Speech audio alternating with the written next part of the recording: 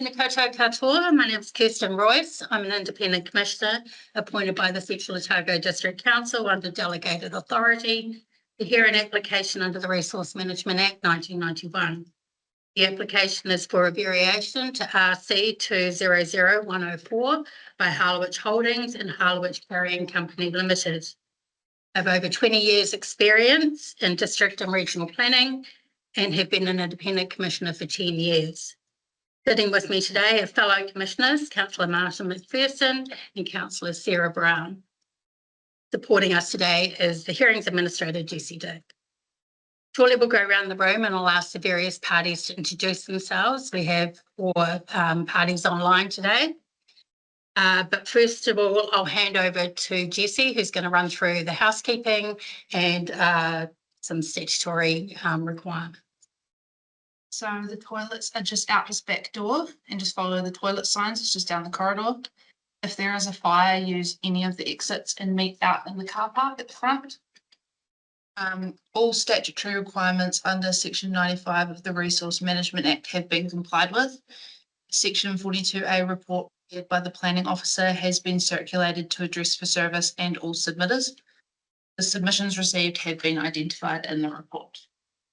Thanks, Jessie. So the hearing schedule has also been circulated and will generally be following that.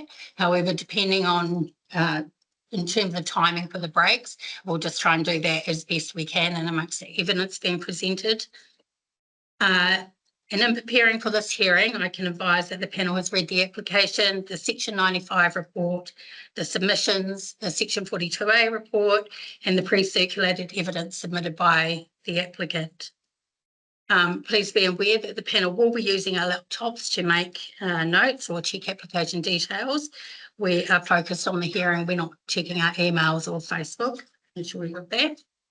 I'd also like to highlight that the panel are coming to this hearing with an open mind, and any questions we ask are for information gathering purposes only. The questions are not intended to signal any predetermined outcome or decision. Now make sure that everyone has their phones turned off or on silent. We'll start with the introduction. So we can start with the applicant, please. My name's Murray Trust. I'm Pam Harliwich from Harliwich Holdings and Harliwich Carrying. Kia ora, Pam. Kia ora, panel. My name is Bernie O'Leary. I'm a mining industry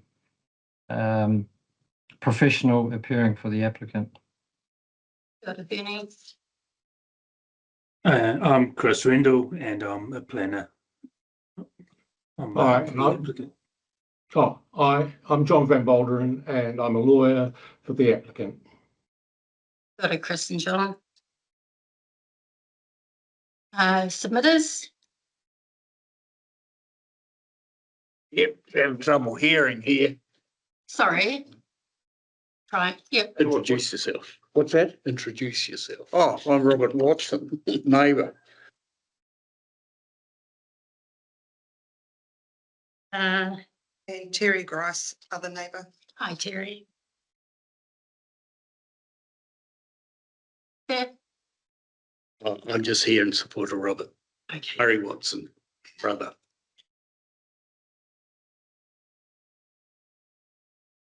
I'm Tim Anderson. I'm the planning officer, and I'm a Cromwell-based planner working for CADC.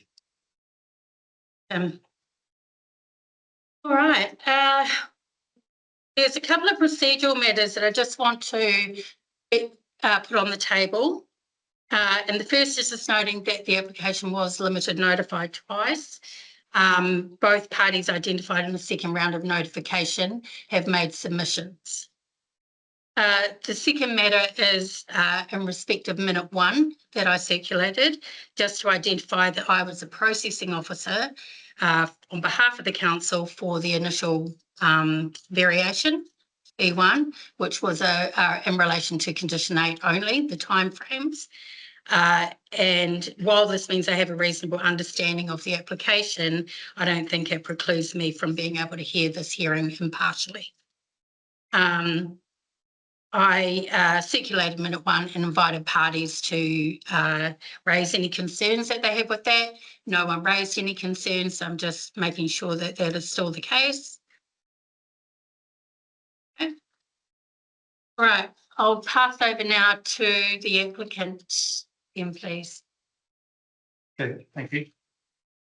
My name is Murray Frost. As I said, I'm the independent trustee of the Harliwich Family Trust, which is the part owner of both Harliwich Carrying Company Limited and Harliwich Holdings Limited, the applicant and landowner of the Harliwich coal mine site at Coal Creek Flat, Roxburgh. Been advising the Harliwich family and associated entities for approximately 40 years. I'm familiar with the history of the mine, resource consent conditions, and the rehabilitation work that's been undertaken and is proposed. Harliwich coal mine, so known historically as McPherson's mine, small former open cast lignite mine at Coal Creek Flat, approximately 7 kilometres north of Roxburgh. Mine has operated in some form for over 140 years, making it one of the longer established small coal mining operations in Central Otago. It's important for the council to appreciate this long operating history when assessing the current state of the site. The ground conditions observed today are the cumulative product of more than a century of mining and natural geological processes and cannot be attributed to recent conduct or decisions by the operator. Coal mining at Coal Creek dates back from the 19th century. Mining at this location began around 1873 when McPherson's mine opened and subsequently managed by Mary McPherson following her husband's death. Government mining records from 1891 describe an open coalface worked through approximately 1.5 to 2.4 metres of overlying creek gravels, and coal from the Coal Creek pits was used principally by the Twiga River gold dredgers at that time. Harliwich family purchased the McPherson operation in 1916, although some records describe continuous mining at the wider site from as early as 1906. This means the site has a verified coal mining history of well over a century, spanning multiple operators and multiple regulatory regimes. Harliwich family has therefore maintained and operated this mine for over a century, with a long track record of engagement with the site and surrounding community. Mining was undertaken from a single open cast pit, which had expanded to approximately 2 hectares by 2018. Recent production before closure was approximately 10,000 tonnes of lignite annually. Mine supplied coal locally and also produced humates, which were processed or marketed as a soil conditioner and natural fertiliser. 3 people were employed directly in mining immediately before closure. Lignite at the Harliwich mine was formed in peat-producing swamps and delta plains around the former lake Harliwich. The Roxburgh coalfield includes particularly thick lignite seams. These geological conditions are relevant to understanding the site's natural ground characteristics, which I address further below. The mine is scientifically significant because its lignite and associated sediments contain fossilised wood and plant material, shells and other lake or wetland fossils, and pieces of ancient kauri amber containing well-preserved insects, mites, spiders, pseudoscorpions, and other small organisms. Some organisms identified in the amber had not previously been recorded from the Southern Hemisphere, making the mine an important Central Otago paleontological locus. Mining at the Harliwich site stopped in late 2017, and closure was publicly confirmed in August 2018. The mine by that point operated in some form for over 140 years. It's important to note that the ground stability issues at Coal Creek predates present mine operations and cannot be attributed to actions taken by the mine operation in the period immediately prior to following closure. Ground stability issues at the site must be understood in their proper historical and geological context. Coal Creek Road slumped towards into the pit in 2013. Mining had extended into the road reserve. The road was temporarily closed and subsequently realigned. Nearby houses were reportedly moving by up to approximately 15 centimetres annually. Council officers considered mining to be a contributing cause of the road failure.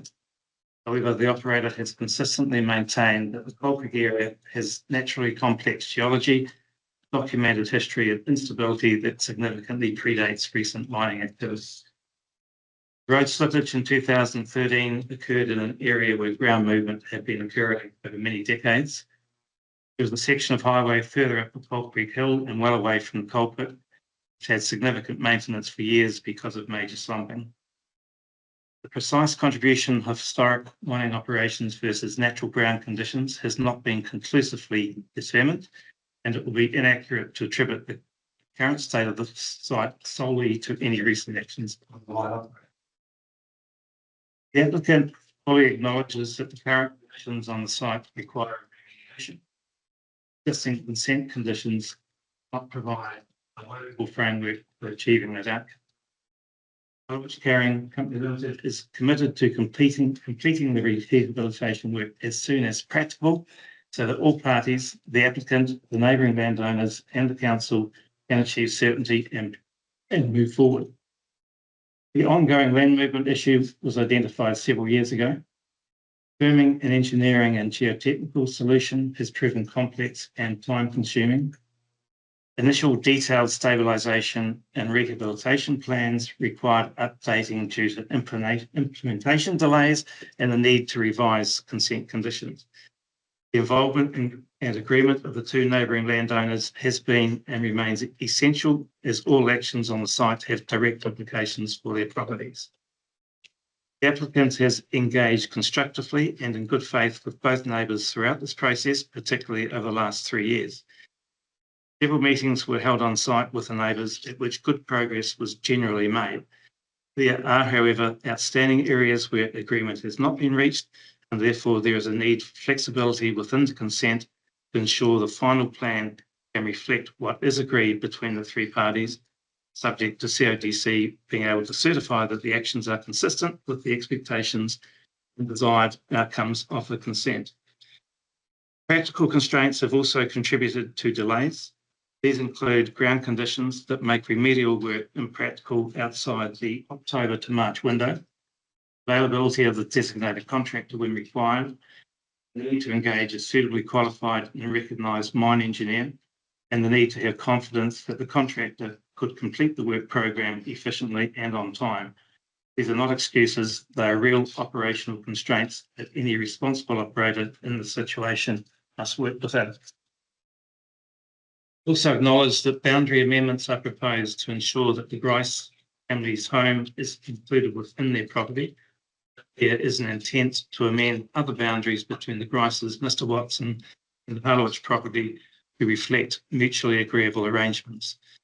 The process is entirely separate from the consent variation and is voluntary, undertaken entirely at the expense of Harliwich Carrying Company Limited. The proposed boundary adjustments would have the benefit of containing the unstable and stabilised area within a parcel owned by the applicant. Stabilisation is time sensitive. It's sensible for boundary adjustments to occur after stabilisation has been completed. The last 12 months, agreement has been reached with an experienced contractor who can ensure continuity of work once operations commence. The contractor is willing. I've actually skipped a bit, so I'll have to grab the number sitting here. Just come out blurred, sorry. The contractor is willing to work alongside Brent and Nick Harliwich, both experienced machine operators with extensive knowledge of the site.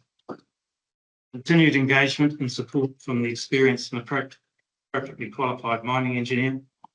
Engineering plans have been updated to reflect current site conditions and the revised scope of works. Lodgement of this application to the Central Otago Council for a time extension and revised consent conditions. Both neighbours were provided with limited notification of the application. Meeting was held with both neighbouring landowners, Robert Watson and Mike and Terry Grice, to outline the proposal to vary the consent, including the fact that coal will no longer be extracted for sale to address the further land movement. Boundary adjustments were also discussed at that meeting. Separate meeting was held with Robert Watson, at which a modified land reinstatement plan was discussed. That plan was subsequently rejected by Mr. Watson. It also confirmed that he did not want the contractor operating on his land. The applicant respects Mr. Watson's position and the rehabilitation plan has been adjusted to work within those constraints. Council's planner has recommended consent approval subject to specific conditions. The applicant supports that recommendation and is willing to comply with the conditions proposed. In summary, the Harliwich coal mine has been operating in some form for over 140 years. The ground conditions and stability issues at the site are the product of long-standing geological factors and a century-long mining history. They be attributed to recent actions or decisions by the current mine operator. Closure of the mine in 2017 was the responsible course of action, and the applicant has since been working diligently to develop and implement a workable rehabilitation plan. Harliwich Carrying Company Limited generally wants to complete the rehabilitation so that all parties can achieve certainty and move forward. Variation of the resource consent sought in this application, the necessary legal step to allow that rehabilitation to proceed on a realistic and agreed basis. The applicant asks the council to grant the variation. Mr. Frost, before we hear from any other parties, I just have a couple of quick questions for you. Given your involvement in the mine for over 40 years and that you're aware of the consent conditions, when Condition 8 was breached in before March 2024, which was the timeframe by which the variation allowed the work, required the works to commence by. Why wasn't a variation applied for before March 2024? Just to be a bit more back, my role has been as the accountant to the company. Okay. Some day-to-day involved in that sort of thing. Okay. There were, there's no doubt, you know now that a variation should have been applied for. Chris probably elaborate on that. Thank you. And just in respect of the boundary adjustment, would it be the applicant's desire to undertake a boundary adjustment and take all of the damaged land from the neighbouring property? Is that the intention of the boundary adjustment? I think the main intention of the boundary adjustment is to ensure that the Grice's house is actually within their title, which it currently, I understand, isn't. That would be the first boundary adjustment that you've referred to. So I propose to ensure the Grice's family home is included in their property, and that there is an intent to amend other boundaries between Grice's and Mr. Watson and the Harliwich property to reflect a mutually agreeable arrangement. There's another area where I think the boundary currently goes through, I think, Robert's shed or very close to his shed. So it's just really tidying up some sort of inconsistencies with how the land is being used. So not an intention to adjust the boundary such that all the damaged land and where the works are going to occur beyond the western face into Mr. Watson's property, not to take that land and use it as for, offer to buy that land. Best to leave that to the engineers or planner, I think, because that's getting a bit more technical than my knowledge. But Okay. the intention is to tidy up the situation so that the unstable land is no longer in their property. But having said that, my understanding is that the land will probably always be unstable because it has been for probably a million years. Thank you. So may I add that when the original discussions took place regarding the boundary adjustment, it was proposed to because there is movement to the boundary between the Harliwich mine and Robert Watson's land as well. So the original discussion was to try and reinstate the ground and return land that has sort of moved, the boundary that has moved. And so the intention was there'd be some land swap. Harliwich gives some land to Robert Watson, likewise to the Grice's. With the movement of the land and to follow the fence lines between Robert Watson's place and the Grice's, there is some little areas of land that they intended to swap as well. So it was really just tidying up all the boundaries, so it reflects the fence lines which have been in place for many, many years. So, yeah, but to be able to do that would entail being able to reinstate that land and going onto Robert's land to be able to do that. So that's one of the challenges we have. Thank you. Right, the next party who's presenting, we're going to hear from you, Mr. Rendell. If you don't have any questions, more questions for. Should I go first, Chris? Yeah, either. Yeah, I can go first. So I'll take my evidence as read for the most part, and so it's mostly just if there's any specific questions you have or comments you wish to make on it. Sorry, I just wanted to find. I did make a note. One of the things I did think is that on reviewing and reflecting on condition 8, I do wonder whether the use of the word rehabilitation and this is potentially confusing because it may have been better to separate out stabilisation from rehabilitation, because it may, to my knowledge, be that by 28 May next year there might still be some ongoing rehabilitation in terms of grassing or other site-specific stuff, but the stabilisation is intended to be complete. That was just something I wanted to note in that space. Yeah, I don't know. It just depends if there's anything you really need me to talk through or if there's anything that was unclear in my evidence. I caught up with Tim to check whether or not he had whether or not he wanted to create a joint witness statement or something similar to clarify whether or not he had any differing views on the conditions, etc. And he identified that he did not, and he was generally comfortable with them. Yeah. So yeah, I don't know. Unless there's something specific you have questions about, I sort of don't see the point in reading it all. Yeah. Okay. Well, I do have some questions actually. Cool. So just in terms of condition 8, there's been a number of time periods identified. So the Mi'kmaq report suggests a timeframe of 18 months for the works. The applicant proposes a timeframe of 8 months. Kane Duncan states 3 or 4 months. There's also a reference to 12 to 14 months. So which is it? To my knowledge, the intent is for it to be completed by 28 May 2027. Okay, so that's different again. So that's the one that's in my proposed conditions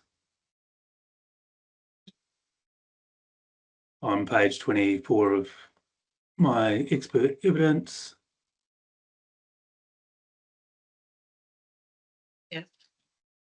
Okay, which brings me to condition 37 of the consent, which is a section 1, 2, 3, and this may require a bit of input from Mr. Van Balderen. So section 37 of the consent is a section 1, 2, 3 condition. And it states that this consent is granted for 6 years after the date of commencement. And I have assumed that the commencement date of the consent is 22nd of January 2021,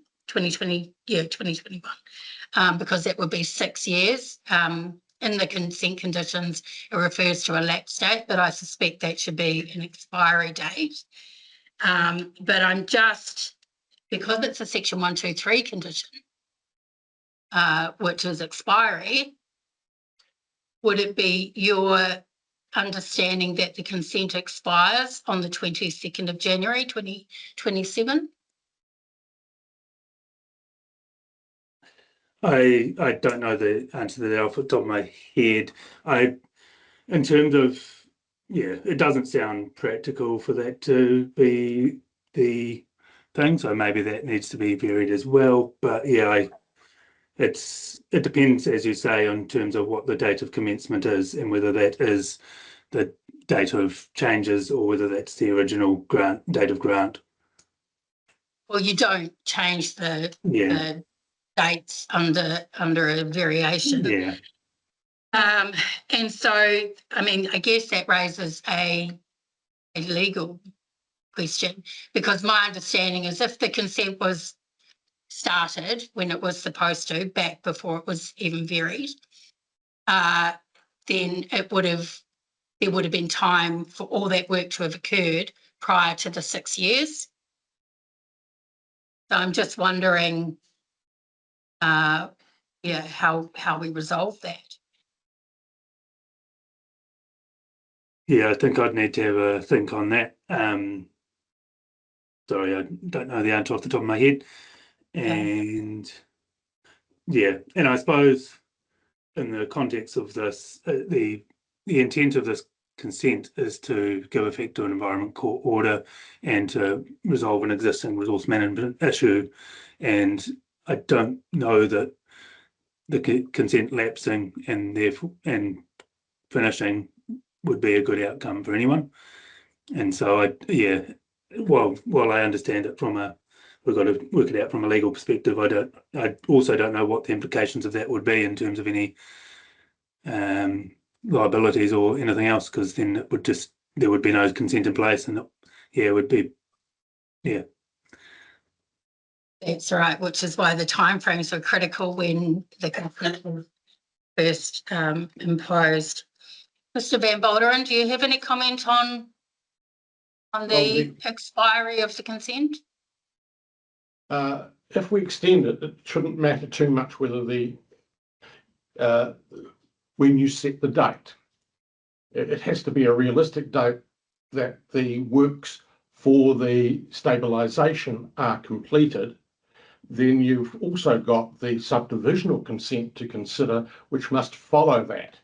And that is not clear to me whether that's going to be included in this hearing or not. I've made the assumption at this stage that this hearing is all about the stabilisation and not about the subsequent subdivision, which cannot be truly worked out until the stabilisation has been completed.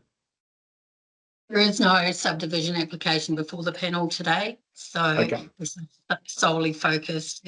I don't believe there's been a subdivision consent application lodged. Not that I'm aware of either.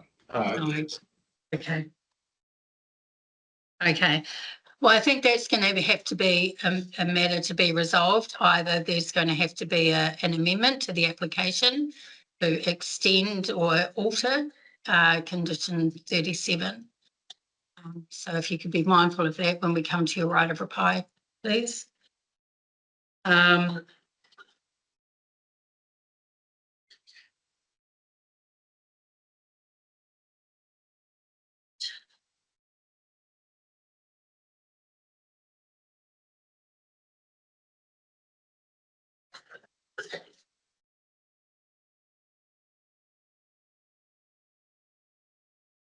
So in both of the submissions, the submitters have sought that the work be completed in a timely manner. And there is, as noted in the Section 42A report, there is a history of non-compliance in terms of this particular work. Mr. Riddle, have you considered the appropriateness of a bond? I have not. Could you consider it, please, and then come back to me? And just I know in our last hearing there was a bit of a background that part of the delay was due to my father passing away. So my father was handling this, and then after he passed away, and like Dad was very much focused on being able to extract coal.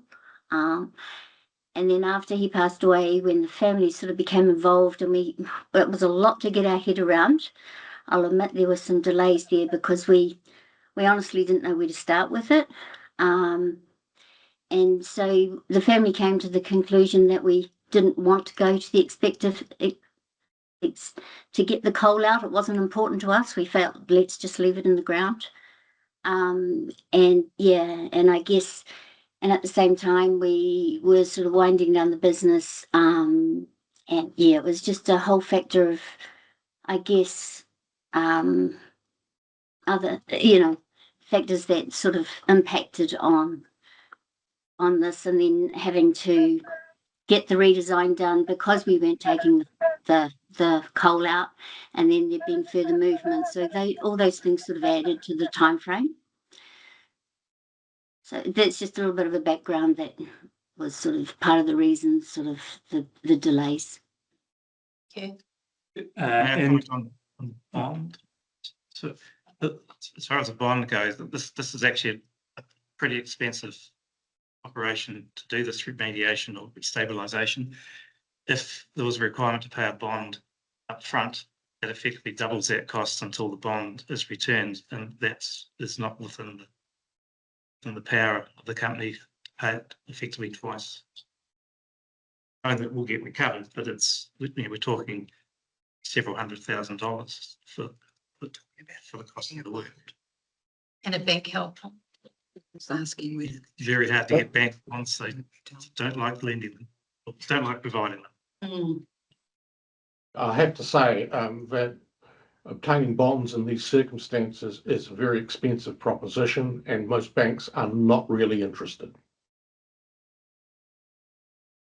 And just from a planning perspective, I'm unclear what the intent of the bond would be. Like what would be seen as the outcome of requiring a bond. So yeah, it would be, I assume, to ensure the works could occur in the time frame required, but the time frame is pretty short, and it's either it can be done or can't be done, and the chances of the council being able to jump in there and do it for the similar or same cost, or if that was your intent for having the bond there to I'm just unsure what the intent of the bond would be. Well, just Insurance. yeah, there's been a number of non-compliances. So there was a non-compliance with the first iteration of the consent. There's now been a second non-compliance with the variation. So it would be so that council could go in and do those works if they're not completed within the required timeframe. I think there's a key change really, and that is the people involved have changed, and that the people who are currently involved are determined to get this behind them so that they can basically move on with their lives without this hanging over their heads. Even though the neighbours, I understand why they've been very frustrated with the time delay. I can assure them that the group that is currently managing this process is determined to get it sorted and as quickly as that can happen. Finishing by end of May will depend on when the appropriate consents are in place. As I mentioned, only really practically do the work over the summer period. And if, say, the work didn't start for whatever reason until April, it won't be finished by May. So I don't know how long this process will take from now to getting approved, but I know that it can take quite a while. It can be quite quick, but to be finished by May, we really need to be started January at the very latest, ideally in December. I don't think that's what the conditions offered by Mr. Rendell say, though. So I think his conditions say that works will commence on the 1st of October. It's already, tomorrow's the 1st of August, and I don't know how long this process is going to take. It will start on the 1st of October if we have the ability to start. That's so right. We have total control over that time frame. Plus, you also have to provide information prior to that. So in terms of some notification requirements and providing, so there's conditions 10 through 12A, which have a whole lot of conditions that need to be. Everyone to the fact that it really depends on when we can actually start. That's right. And again, that brings me back to that first question about, the magma report suggesting it's going to take 12 to 18 or 18 months. And in the application, there's a number of timeframes that have been identified, and perhaps Mr. O'Leary will be able to provide us with greater insight, and he provides his evidence. But it just seems to me that there's a whole range of timeframes. I'm just not exactly sure if the panel were of a mind to grant a consent with this is your start date and this is your finish date, whether it's actually feasible for those works to be done. And I guess the second part of that is if Mr. Watson doesn't allow the applicant to enter his property, and then we go into an alternative design, what is the time frame for that? Because I assume, I think a couple of comments is that I've read is that design work hasn't been done in any detail, and what would be the time frame for that, or a redesign to occur? I imagine can comment on that a lot better than I can. But, Yeah.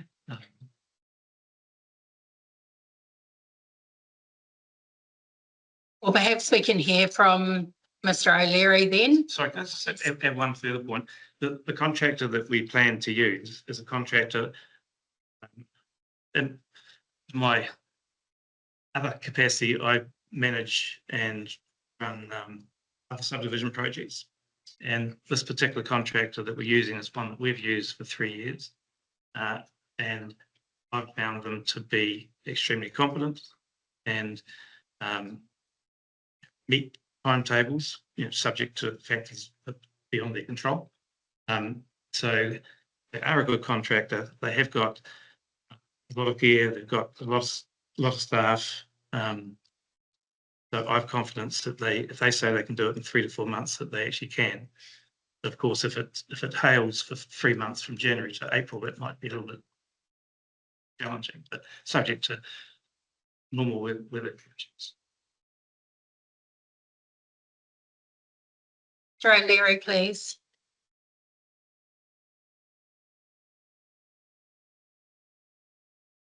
Just muted, Mr. O'Leary.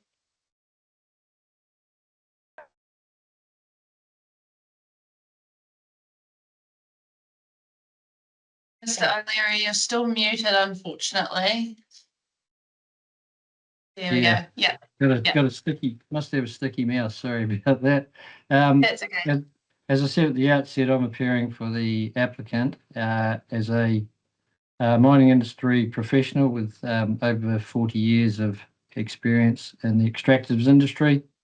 And I'll take my evidence as read, but I would like to highlight a number of points, and I will address the time frame based on what I've just heard, and might be able to add a few comments about that. But I'd like, as I said, to emphasise a few points in my evidence for the benefit of everybody. In 2024, the Harliwich staff on site discovered various cracks and ground movement on and above the western wall of the existing coal pit. And I subsequently visited the site in August 24, looked at the ground instability, and then contacted Magma, who did the original design, as most of you are aware, to undertake a redesign to address the instability, and also organised a geotechnical assessment by geotechnical experts, RDCL, who also have a history of giving advice on designs for the project. And their assessment was to also look at the ground instability and the revised design. As background, LandPro did a survey of the cracks. There were over 25 cracks that were surveyed, and they ranged in depth from 0.2 of a metre to about 0.8 of a metre. And some were quite lengthy, tens of metres in length. And over half of the cracks that were surveyed were on Mr. Watson's land. The revised design that was then undertaken by Megma was extended into Mr. Watson's property to ensure the discovered cracks would be excavated. And I know there hasn't been agreement for that at this stage. Then that design and the ground stability was assessed by RDCL, and as Mr. Frost indicated, RDCL noted that a landslide was present in the area of the west wall of the coal pit, quite a regional set of structures, and the ground had moved over 10 metres in the last 80 years or so, averaging about 125 millimetres per year if you work it out. And there are two faults that are mostly causing the instability. According to RDCL, there's a fault that's about 200 metres away, parallel with the west wall, to the west of the west wall, and there's another one which is close to the western edge of the pit.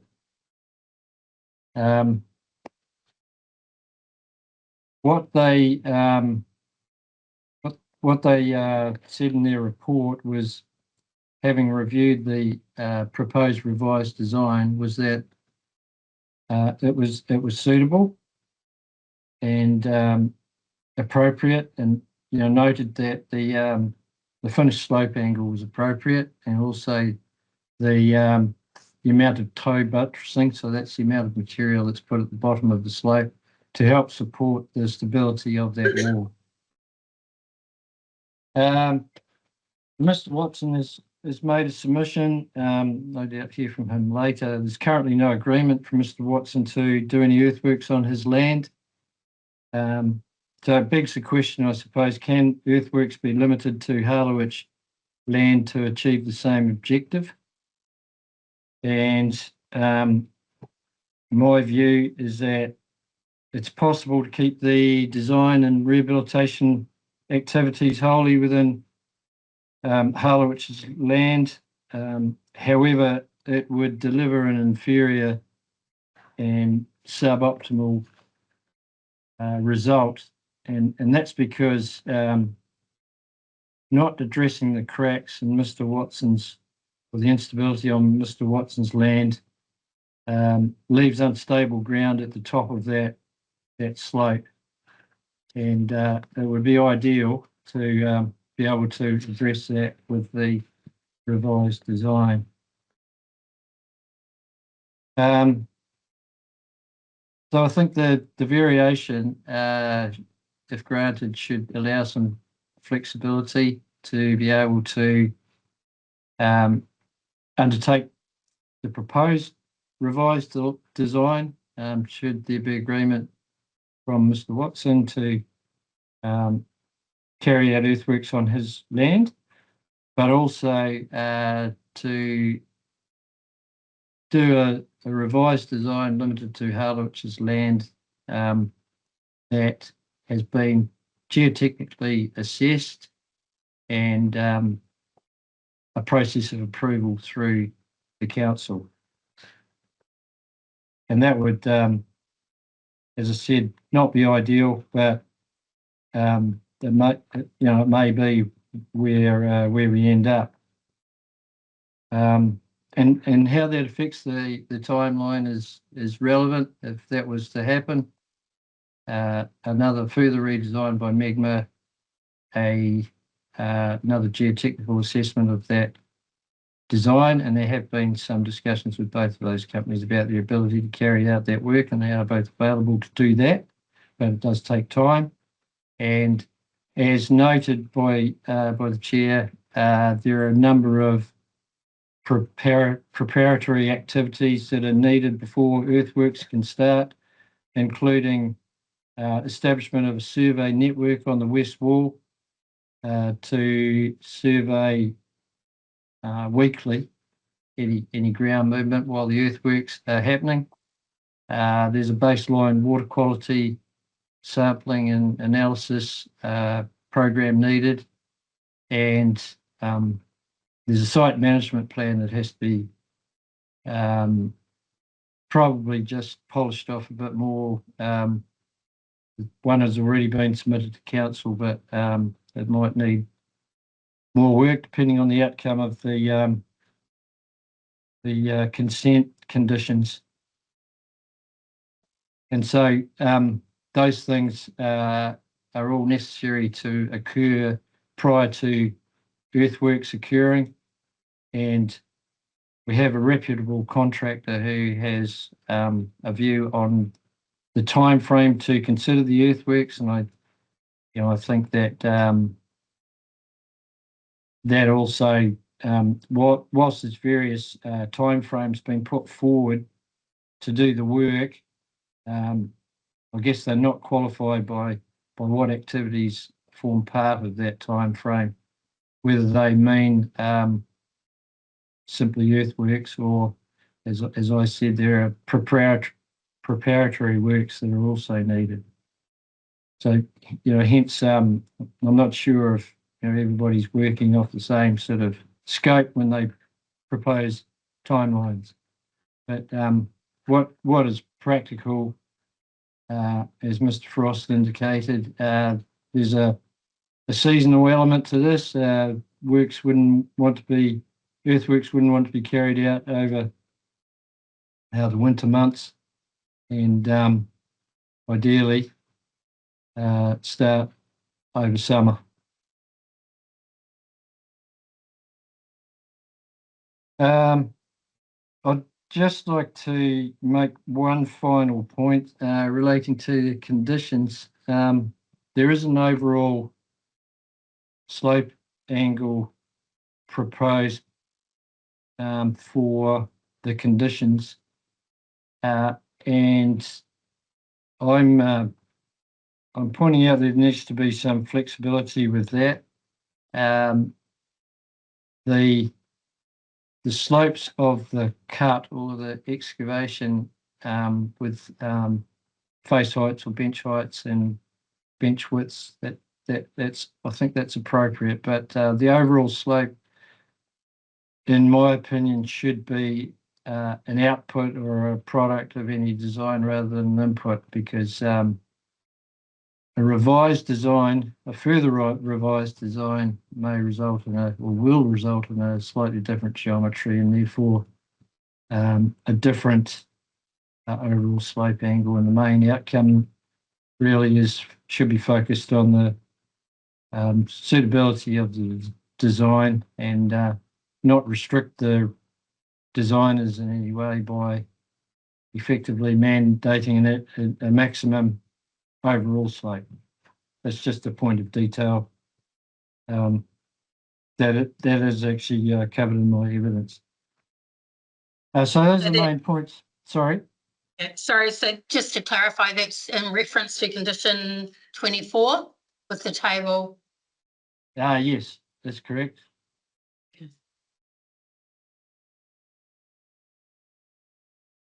All right. So, Mr. O'Leary, am I correct then in assuming that potentially the works could be completed within the summer season, providing Mr. Watson allowed access to his property, and that if he did not provide it and the alternative design was put in place, then we would ultimately be deferred to the following season because of the amount of work that needed to be done before an alternative design could be confirmed? Well, I think my view is that in both cases, the end of May next year would be appropriate. The redesign and subsequent geotechnical appraisal and then submission to council for review. Now you would need to be time efficient, but that could be done in a matter of months. I'm thinking so. Still enough time to start the earthworks during summer. Okay. Right. I do have some questions for you. And obviously these are all restricted to the current design before us. It's not, we can't really assess any alternative design because we don't really have any details for us. However, the RDCL report makes a number of recommendations, and that's on page 68 and 69 of the agenda. Do you consider that the current conditions, either or the changes proposed by Mr. Rendell in his pre-circulated evidence adequately covers off those recommendations? Notwithstanding the comments you made about the slope angle. I'm sorry, I'd have to refresh and look at that in detail. I don't really want to respond to that here. I need to go back and look at it again. Okay.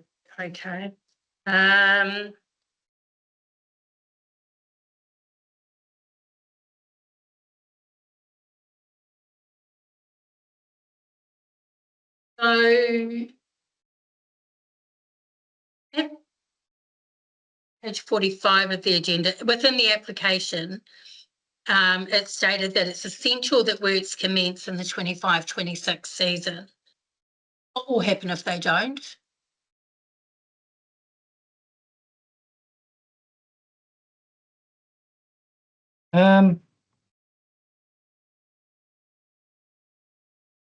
Well, I think what's the 25-26 season? I guess that really means the end of summer 26, and we're already past that. Oh, sorry.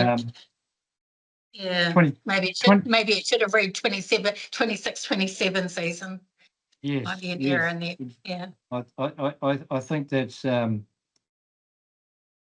we're looking at, 26-27 season. Yeah. So what will happen if those works aren't completed? What is there likely to be? I don't know, catastrophic failure of the west wall? Is it I'm just trying to understand the essentialness, I guess, Right. of the works being completed within that time frame. Well, I'm not a geotechnical expert here. I'm a mining engineer. However, based on the history of movement over 80 years and the last few years, one would expect a continuation of the amount of movement rather than any creeping type movement, rather than any sort of catastrophic failure of the wall where there's a massive slump, for example.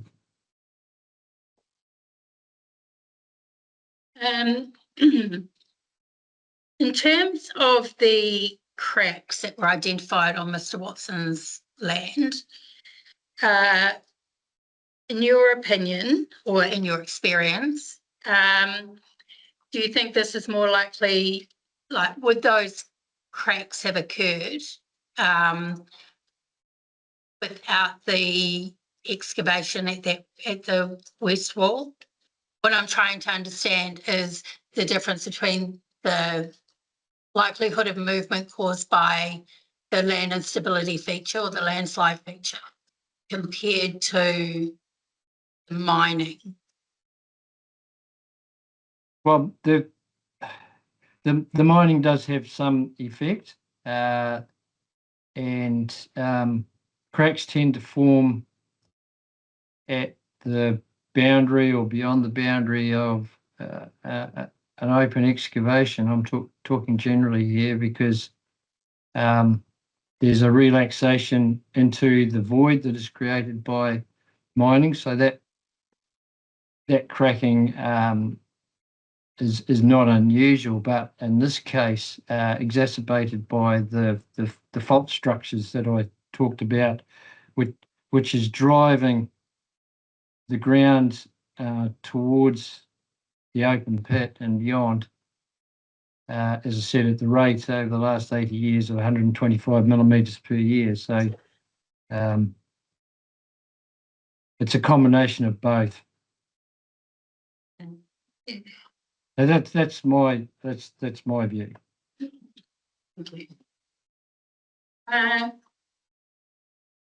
So Mr. Rendell has suggested changes to condition 3, which provides for, I think it's like a 10%, sorry, let me just find. The original application suggested that earthworks would be reduced such as 25,000 cubic metres of cut and 3,000 cubic metres or 3,000 or 4,000 metres of cubic metres of fill introduced to the site. However, Mr. Rendell suggests a change to that, and that he just ties it to a certified cut and fill plan by no more than 10%. Yeah, if I could comment on that, I think that's appropriate. And should there be a further redesign, the amount of cut and therefore fill available will change. The geometry will change slightly. There's only a finite amount of material that can be excavated and taken out of existing stockpiles that will be available for fill. So having that, up and down flexibility doesn't actually gives a bit of wiggle room with any further design rather than constraining to a maximum. Okay, thank you.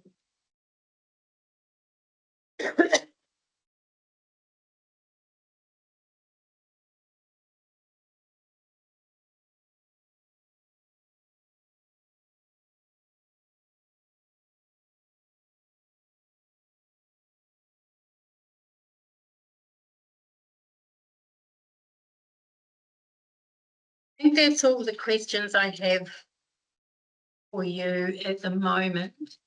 You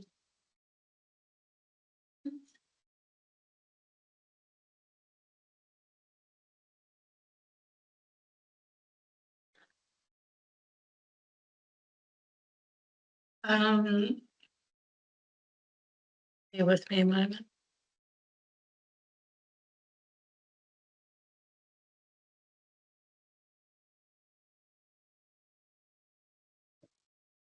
I think that's all the questions I have for now. What we might do is we might take a break for morning tea now, and then we'll come back and we'll hear the submitters. So we're slightly before schedule. Is there anything else the applicant would like to comment on before we draw your portion close? Mr. Rendell? I was just reflecting on your query regarding duration, and I do wonder, I will look into it, but I do wonder whether section 123C, which has the automatic extension of consents till the 31 December 2027 is relevant in this case. I'll go away and have a review of that, but I think it may be because that any consent current at the commencement date, but due to expire before 31 December 2027 is extended to 31 December 2027 is effectively the content of that section. Okay. That would be good. If you could make comment of that in the right of reply. And just investigate that further. And also perhaps discussion regarding the actual timeframe that you're applying for would be helpful, so the panel has some understanding. Because at the moment there's a lot of conflicting information within the application and the evidence before us. Thank you. Clarify that the contractor's timeframe of 3 to 4 months was purely the earthworks component, Not the, not the lead up preparatory site work, okay, because he's got no involvement with that. stabilisation only.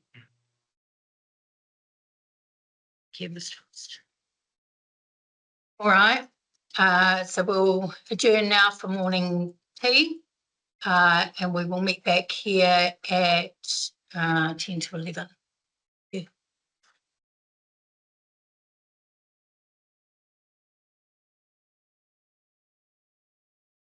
Okay, welcome back, everybody.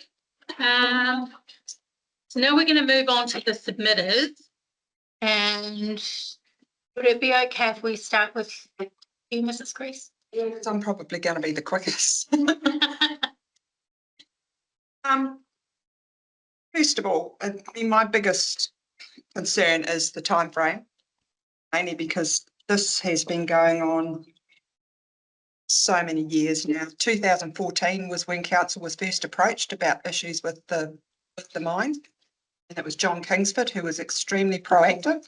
I don't know if anyone remembers John Kingsford. He was a real goer, and he got the ball rolling to try and get things sorted.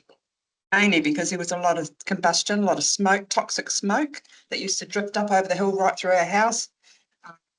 Fires, you know, and it just, nothing stopped down there. It was all just go, go, go.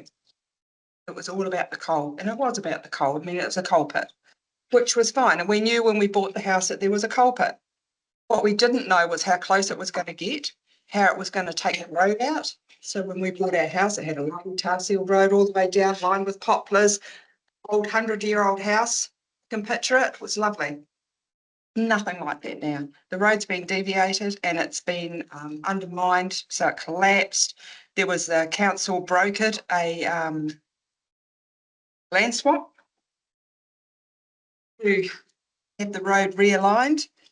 Now we have dirt, stones and dust going right past our house as cars come flying around the corner and sprinkle stones and small rocks across onto our front lawn. Our vehicles are parked there as well, so it's not ideal. We've approached the council a couple of times about possibly getting the tar seal taken a bit further down. Never heard anything back or what's happening with it. The slump at the top of the road, which just about takes the bottom out of your car, we've approached the council about that, heard nothing back. They put up a couple of signs that say slumps. That doesn't help your vehicle when you're trying to get out of your road. So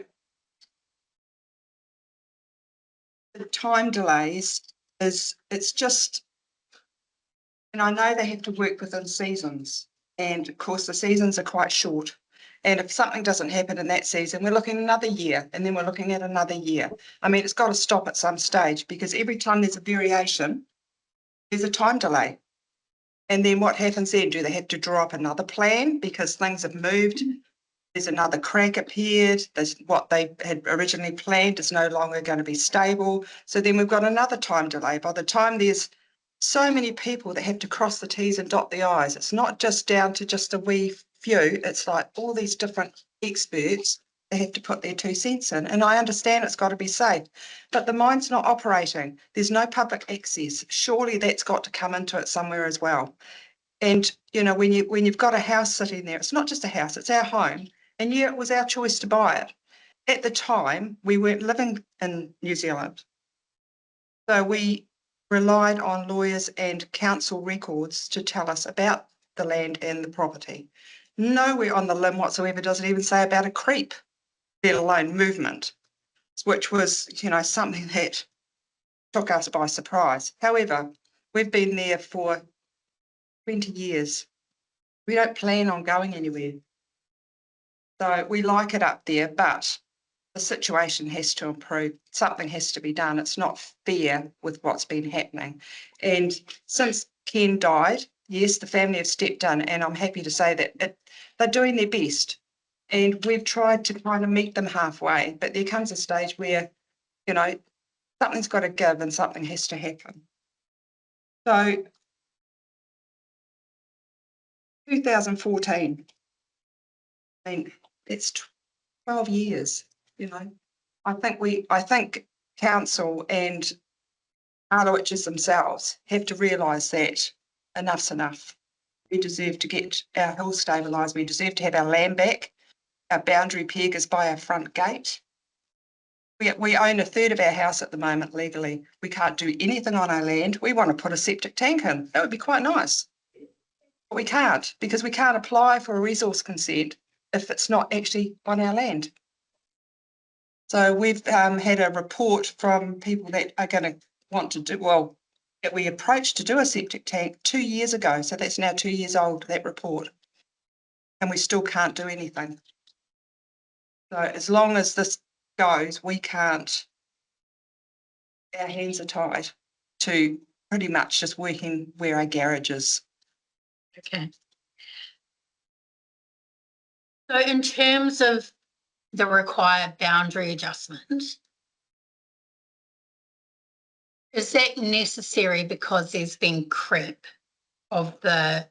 There was creep, there's been creep, but having said that, the last 2 or 3 years, we've noticed an acceleration, mainly because we've just in the last 3 months had to rehang all our bedroom doors because none of them would close properly because everything's moved. Our back gate, which we used to be able to hook up onto the fence post, which is a concrete fence post, has now got a gap like that. We've got windows that we don't open because if we want to shut them, we have to go outside and bang them shut. So everything is, and it's not just a gentle slope, it's coming from all angles.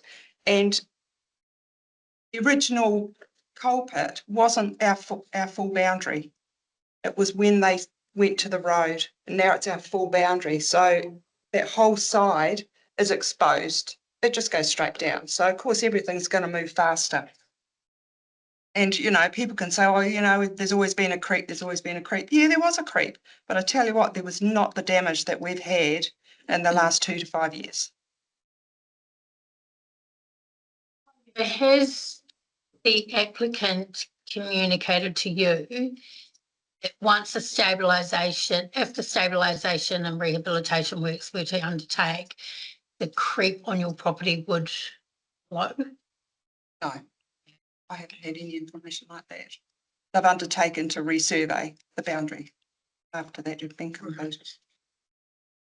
And in terms of the boundary adjustment, is the applicant intending to take responsibility for that, i.e. do the survey, lodge the application, or is that falling to you to do? No, they've undertaken to do that at their cost. From what I gather, I think that somebody has already been there and we've got pegs that actually say proposed boundary. So they've already done a preliminary. Okay, because in the evidence that we heard previously, I think from Mr. Frost, was that those surveys couldn't be undertaken until the rehabilitation work was complete? Or is that just I think it was, from what my understanding was, that for our particular boundary, just for our property, there's no reason why it couldn't be done now. But it's my understanding that there was other boundaries that they wanted to do, and it was easier to have them all done at the same time. okay, thank you. And do you have an agreement with the applicant in writing in respect of the boundary adjustment? A loose agreement, but nothing really binding, I don't think.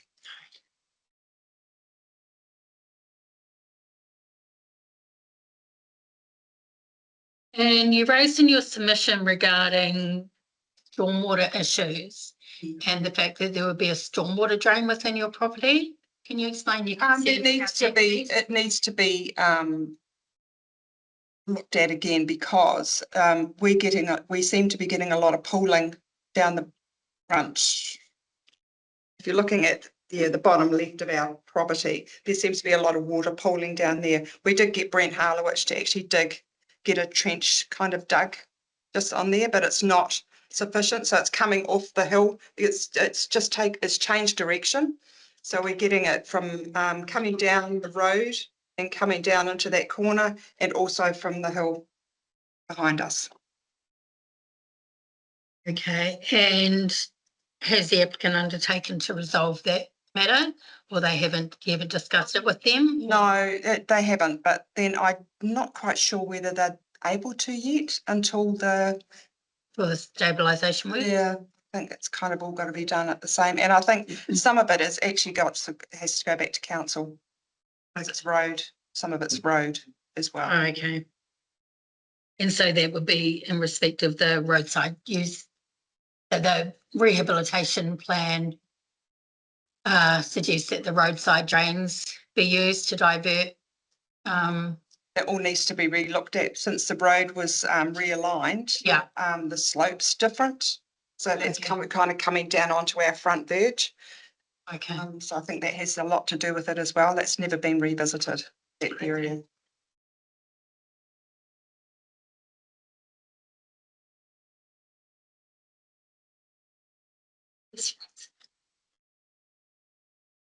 Hannah was optimistically hoping that they could do a site visit to the site this afternoon. If we deem it necessary, would we be able to have access to your property? Okay, we wouldn't be able to discuss any aspect of the application. We'd be there just to observe only. But if that would be okay, we haven't locked it in yet. It depends how early we can get the evidence portion of the hearing wound up today. But if that would be okay. Yeah, it's fine. Thank you.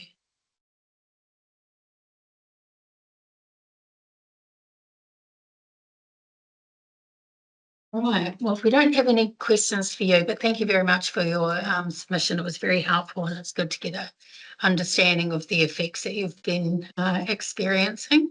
Well, it's right, like the actual taking the coal out of the pit, it was the coal was extraction was stopped because they were served an abatement notice. Yes. So yeah, I don't want to stick the boot into the council, but they've done us no favours, I'm sorry. Right. Really, with the way they handled the whole.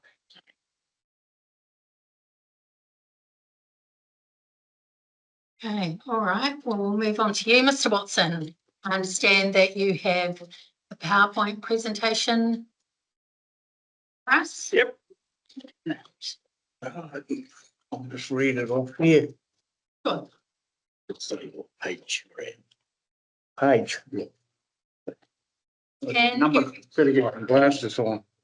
Just before you start, Mr. Watson. Oh, it's page 1. Just before you start, Mr. Watson. That's the Can first one. everyone online? You should be able to see that. I've got some Okay. thumbs up, so. Oh, great. Yes, I can Okay, see. awesome. Great, thank you. Yeah, page 1. Yep.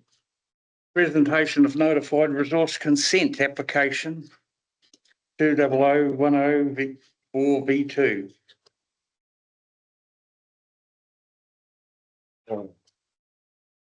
Yeah, page 2. My name is Robert Leslie Watson. I own the neighbouring property at 60 Coal Creek Road.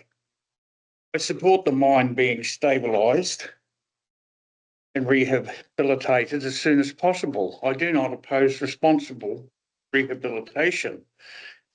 My opposition is to the proposed method because it extends the excavation approximately 10 metres into my property and relies on the removal of material from land that Harliwich Holdings and Harliwich Carrying Code does not own or have my permission to use. I ask the panel not to approve a design that is dependent on my land unless and until the applicant has demonstrated that the work is necessary safe, accurately defined and supported by a separate agreement with me. And that's page 3. Plan. The number is just substantial design change, not having a, not only a timing variation, the physical footprint, source of rehabilitation material and effects on my property have changed. The proposal should therefore be assessed as a substantive change with direct effects on an adjoining owner, not treated principally as a request for additional time. Harliwich does not presently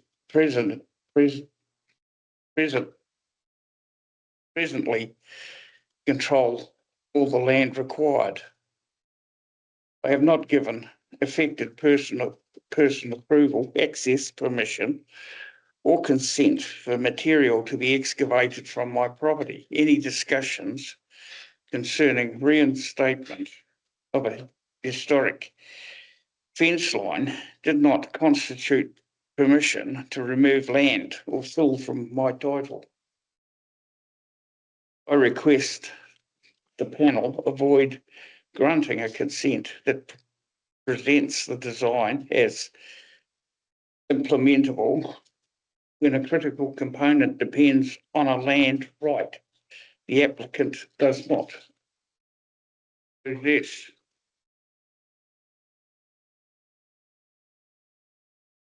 Page 4.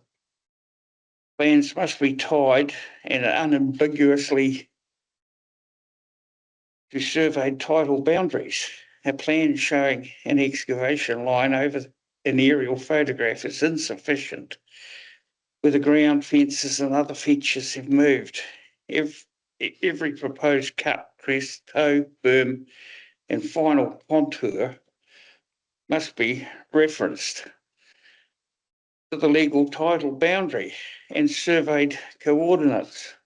I request that the following take place: a licensed cadastral survey, boundary pegs visible on site, coordinates for the excavation, crest and toe, cross sections measured from the legal boundary, confirmation of which title contains each part of the proposed cut and fill, and an on-site visit by the panel before determining the application.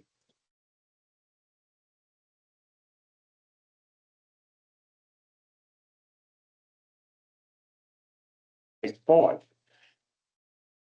Alternatives have not been demonstrated adequately.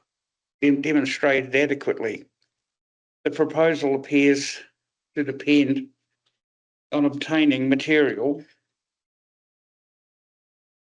presently unquantified volumes of earth from my property, points I require answered to, the precise cubic metres to be removed from my title, the maximum horizontal and vertical cut, the volume of alternative material available on Harliwich owned land, a comparison of rehabilitation options that do not use my land, the cost and engineering implications of importing fill, why removal of my land is considered preferable to those alternatives. Variation to the design. The cracks in my land are found to go much deeper than the height of the bench being formed. Will there be an unconsented design change that will remove more volume of earth from my land, or will it go to a new hearing or consent to the change of plan.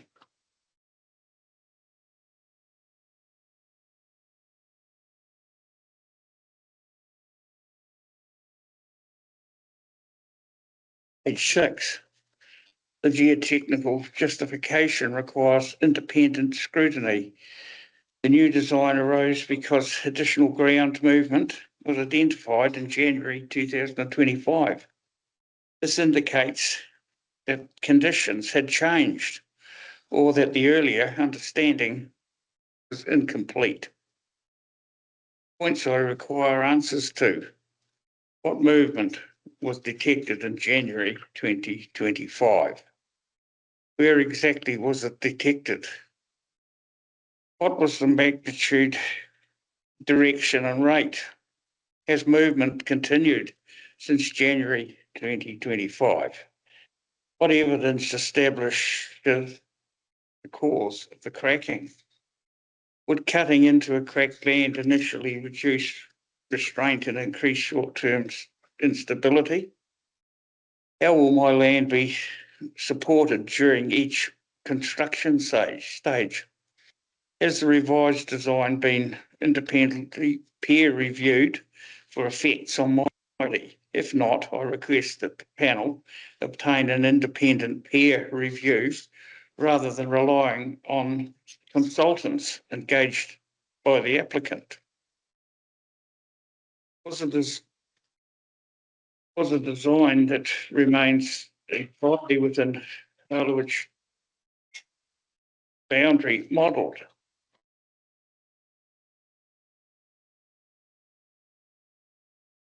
Page 7. Harliwich Holdings and Harliwich Carrico history of compliance. The history demonstrates that assurances and broad deadlines have not been sufficient.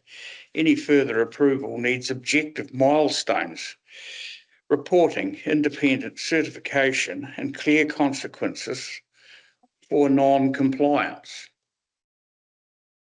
Local knowledge. It has been acknowledged locally for generations that a large area north of the mine has been sliding south. The position of the Grice's house has moved approximately 16 metres as shown by the surveyed boundaries now, placing it almost completely within the mine area. The residence on the bisection has also moved, but by a smaller amount. The following slide shows the extent of the cracking and subsidence in this area. Sort of a bit hard, but you know, I can't point it out from here, but that could be, you know, it goes in a big circle from where the slumps in the road is, further up, right round through behind a couple of houses. And there's other bits, somebody pointing on, got a pointer on there. On the mouse, yes. Yeah, rightio. Yeah, and on top of the, up a bit, yeah, Murray. Yes, Yep. at the top of the brow of the hill, where the red line is there, down, down, down. Across that one there is got, you know, 3-4 foot drops, vertical drops in there. And when I was a kid, it used to be relatively level, slightly downhill, but then you get closer to the mine, you know, it just falls straight into the bigger hole. So, you know. Oh, yeah, and there's another location. The McPherson's house that, well, it was demolished because it fell to bits in the 1970s.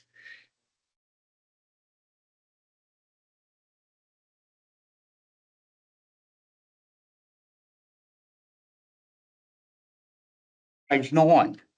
Benching of the mine, west wall, has been tried before. Between 2015 and 2017, benches were used as a measure to slow down the collapse of the west wall of the coal pit. This failed in the following 2 years because by 2019 there was another collapse of this remedial work.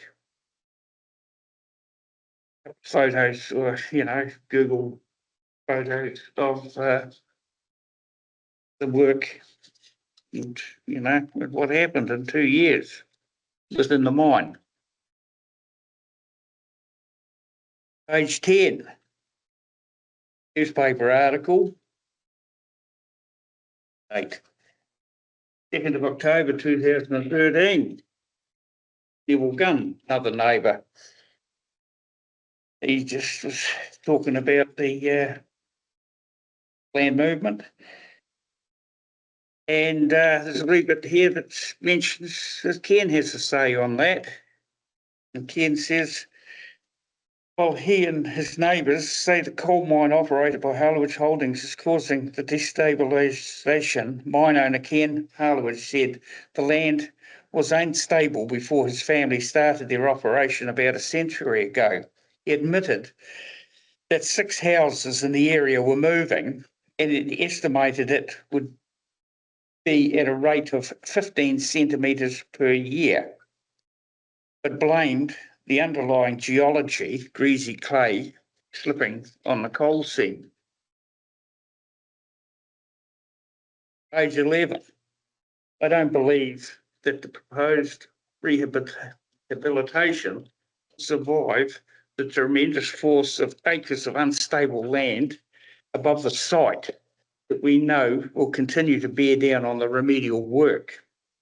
It seems that the experts have not consulted with the property owners affected by this land movement, so they were not in a position to determine the true extent of the problem. I would like to invite members of the hearing and expert witnesses onto my property so they can see the evidence of earth movement and subsidence. This way, they may be able to appreciate the mass and volume of earth that will be bearing down on the rehabilitated west face of the cockpit. It would be expected that Harliwich consultants and expert witnesses would have the confidence to take responsibility for any design failure in the future of remedial work.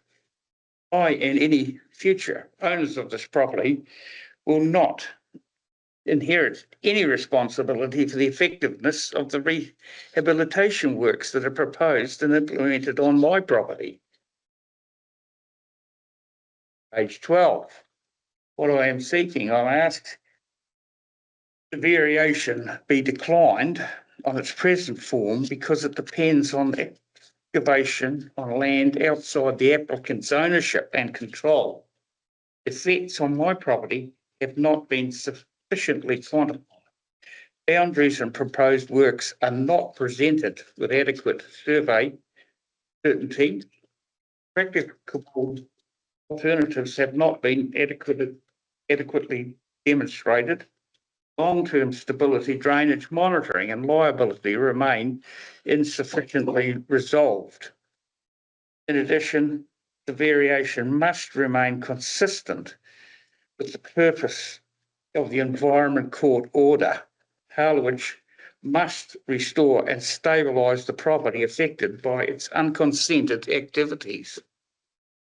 That obligation should not be transferred onto my property without my agreement. Council should require adequate security, enforcement milestones and compliance monitoring so that the rehabilitation is completed, even if the consent holder defaults. Page 13. If consent is to be granted without my approval, nothing in this consent authorises entry onto or excavation, removal, material or placement of material on land outside the consent holder's legal ownership or control.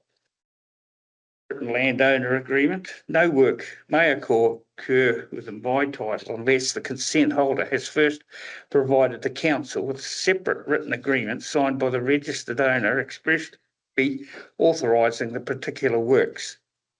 Surveyed boundaries. Before any earthworks commence, the licensed cadastral surveyor must establish the legal boundaries and mark them on site.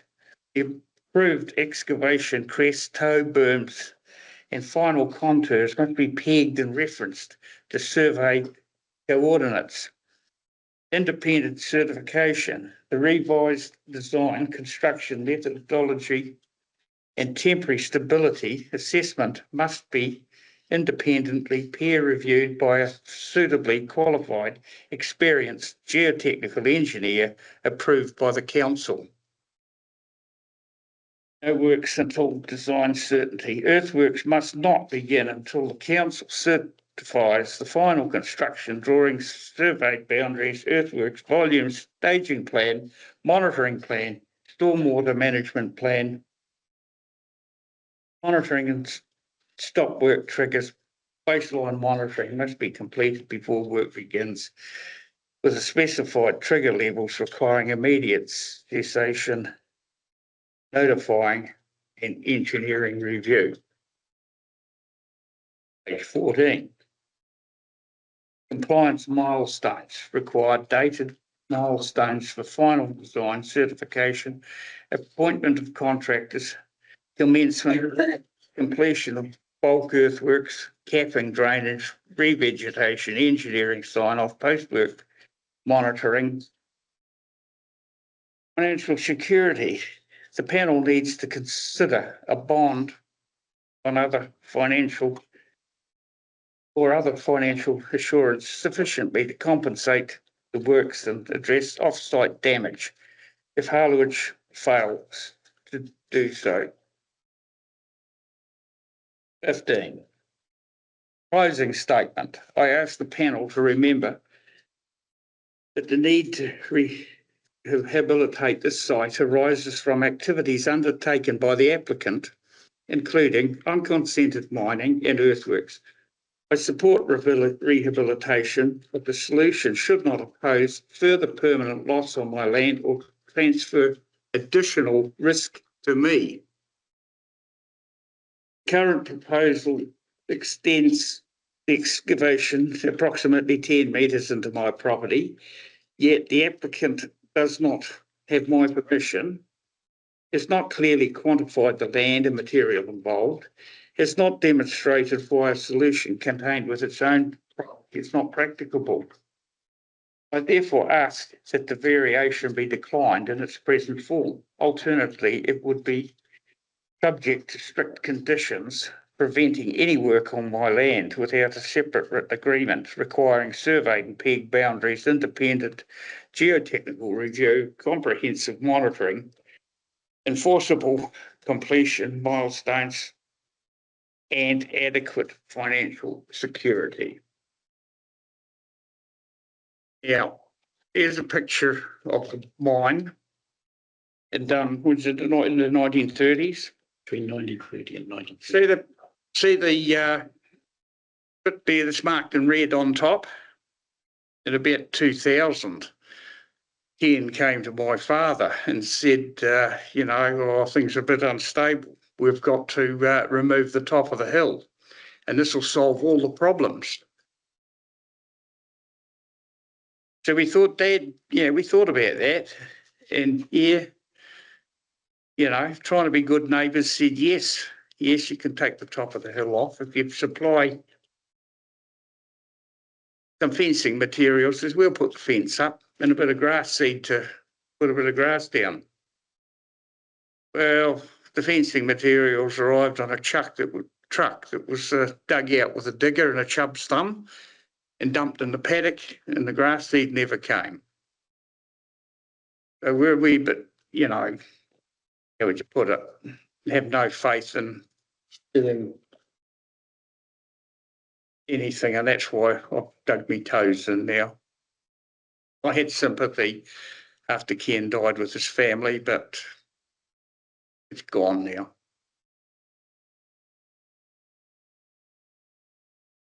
Thank you for that, Mr. Watson. That was very helpful. And you've clearly articulated your concerns. I have a couple of questions for you on my list of questions. So in the recirculated evidence of Mr. Rendell and Mr. O'Leary, they've suggested that there's an alternative option which wouldn't involve encroaching onto your land.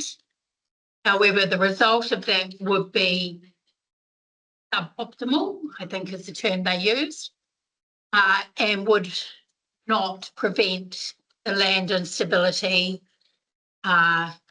within your land portion. So your land wouldn't be rehabilitated.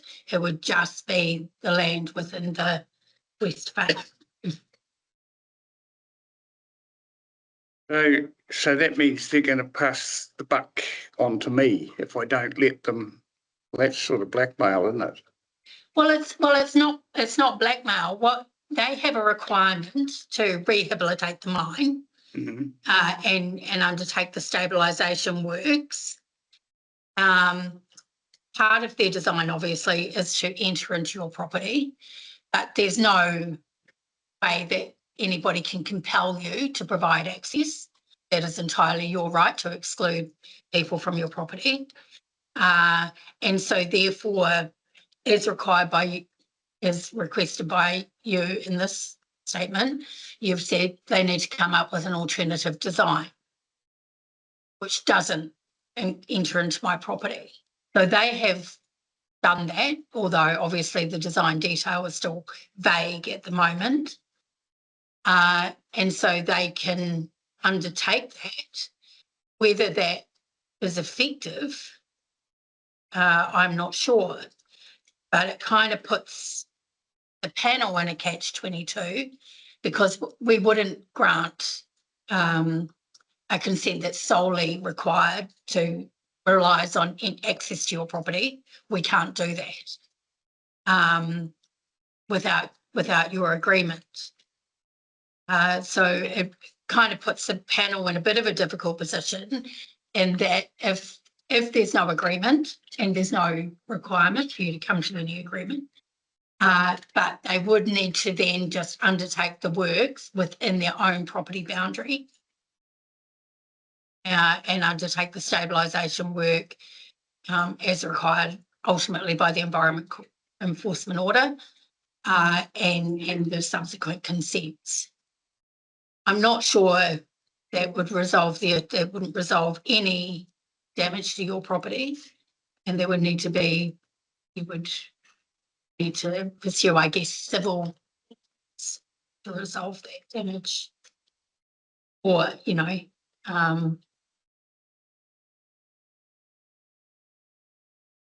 so that's the position of the panel.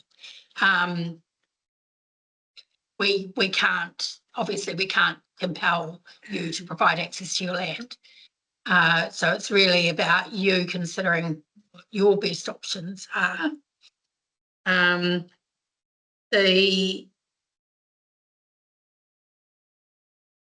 guess the second thing raised in your points is the requirement for a survey of the boundaries. I think it was Mr. Frost, perhaps, or Mr. O'Leary, I'm sorry, I can't remember who said that the survey couldn't be undertaken until the rehabilitation work was done. So I'm not quite sure that I understand why that is. But if there is a requirement for survey work to be undertaken before the works, so that when they're working on the west face, they are sure that they're working entirely within their own boundary.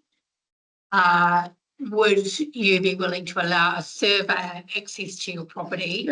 I already have done. And the thing is, there's two boundaries marked on it. I don't understand. I did meet the surveyor there and he said to me, well, what on earth do you want that land for? It's rubbish. I said, well, they actually belong to mine. It used to be way up here. But, I was to meet with Mr. Frost. And Mr. Frost was busy on holiday and I haven't seen him since until today.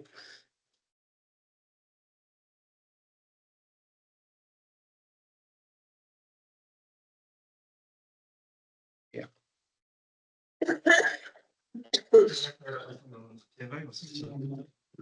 Not at the moment. Sorry. We'll come back to you. Well, I did get it surveyed years before too, when they surveyed the road and the pegs all got pulled out. I don't know who did that. Okay. Um, Right, another question. sure. When I go to page 5, variation to the design. The cracks on my land are found to go much deeper than the height of the bench being formed. Will there be an unconsented design change that will remove more volume of earth from my land, or will it go to a new hearing for the consent for the change of the plan? Because I think the cracks are a downside deeper than 0.8 of a metre, because yesterday I took a shovel down, you know, there's a big hollow like this. And, you know, the land used to be up here. Mm. You grab the shovel like that and you push it down 2 feet into the, you know, under the ground. Well, you can't go and push a shovel handle down the blooming thing in any stable, you know, ground that's stable. So I suspect that those cracks are a lot deeper than 0.8 of a metre. Those cracks, so I think in the evidence of Mr. O'Leary, those cracks were found in January 2025. Yep. Is that correct? Okay. And did you allow Mr. O'Leary on your property to investigate those cracks? First Or I've ever heard of him being on my property. Okay, I'm not sure that he did enter your property. I wouldn't want to assume that. Obviously, those cracks were identified. I'm just trying to understand the detail of, I guess, investigation that is undertaken in place of those cracks, and perhaps that's something I have to come back to Mr. O'Leary on. Can I respond to that now? No, I'll come back to you, Mr. O'Leary. Thanks. Okay.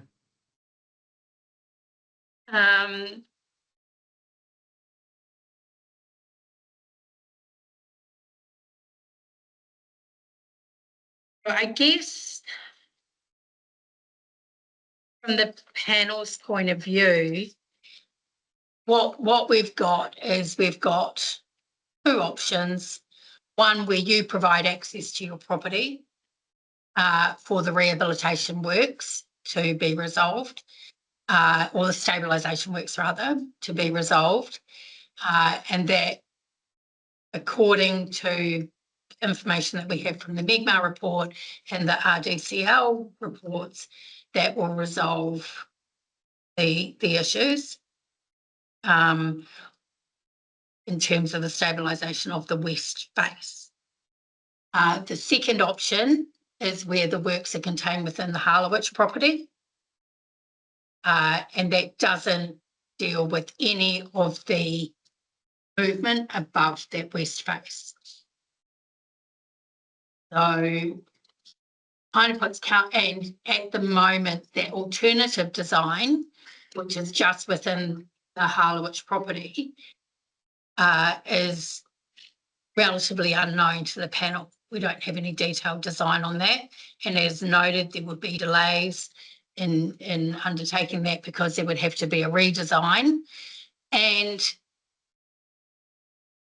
noting the suboptimal results identified by the applicant, that's probably the less favourable option because we don't know how effective that will be. They discussed a number of options like retaining walls, saying that those would be going in through the hazard area and not effective. I'm just wondering if you see a solution. Well, if there was one solution, is maybe make the property not mine anymore. Okay.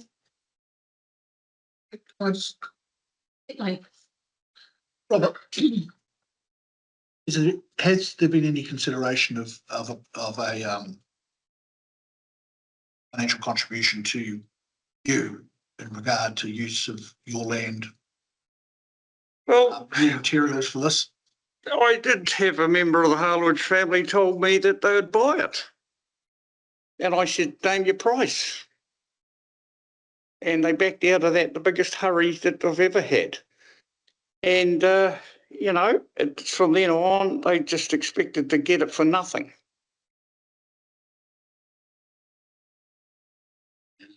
So where you go?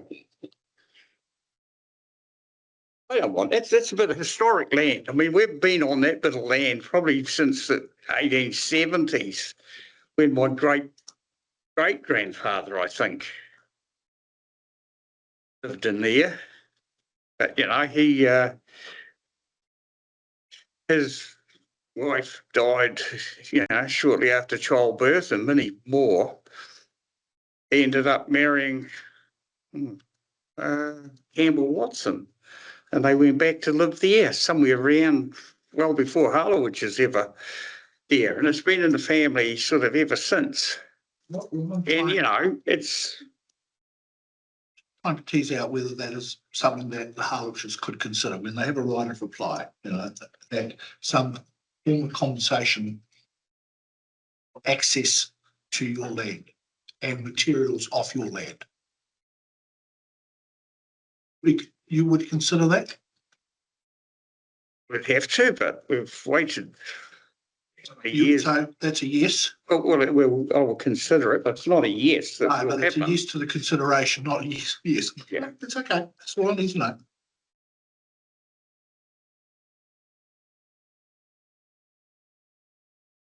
I think I would like to understand the overriding solution to this for you. What would be the optimal resolution? And that factors into whether that is a boundary change that takes the affected land away from you, whether or not that's compensatory or not. What is it you are after as the optimal resolution for your property? Is it mitigating any further issues once this remediation is done? Is it that they don't have access to your land? Is it that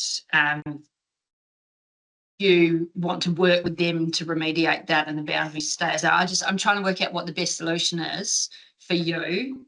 That we obviously have a number of options here, but none of those can really be effectively considered without either your permission to use the land or your definition of that to subvert what we're doing here to a different method, which is the time factor then comes into play. Like, is the time to get this done the most important thing? Is the ownership or stabilisation for you personally? Well,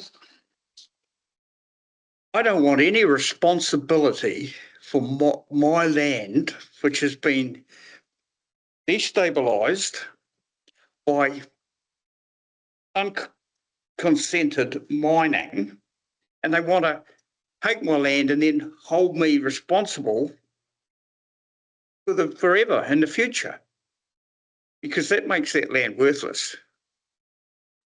So, you know, they're going to have to sharpen their pencil and talk about it, because I am not, and it's got to be written in the clause that I am not responsible for the problem they have created.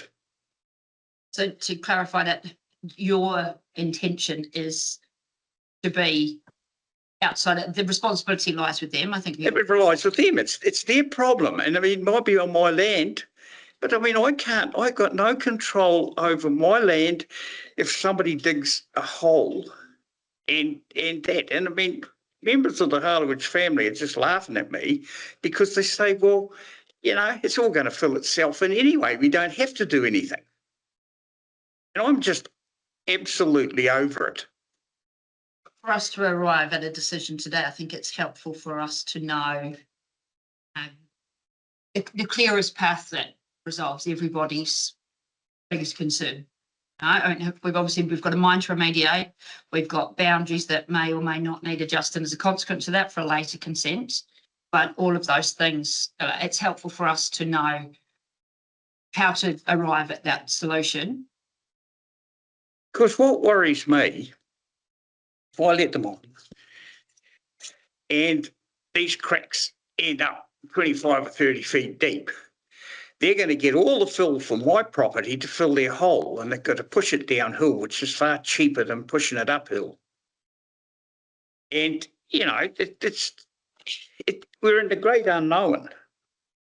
And the thing is, if that land belonged to Harliwich's, it would be their problem and I wouldn't have to worry about it.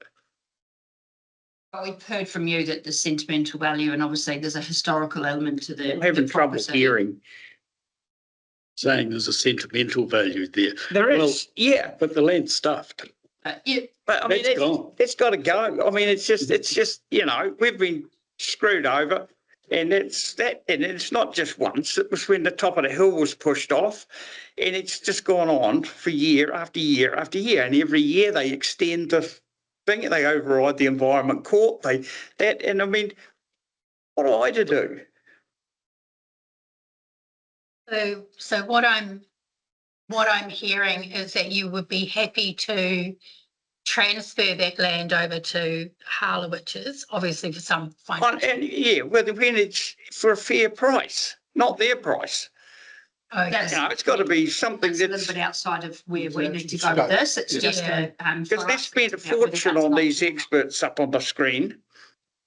And I mean, if we could have talked to this years ago and come to something instead of being treated as the bloomin', you know, as a hayseed. It's helpful for us to So- understand that. I feel And- like. They have no respect for us and they never have. And to confirm, there was a verbal offer to buy that land that was withdrawn. Is that? Yes, but I don't know whether that stands at that. It was offered and I said, name your price. Thought that would solve the problem and that's years ago. Yeah, before Ken died, I think, yeah. Thank you. Okay. I don't have any more questions for you, do you?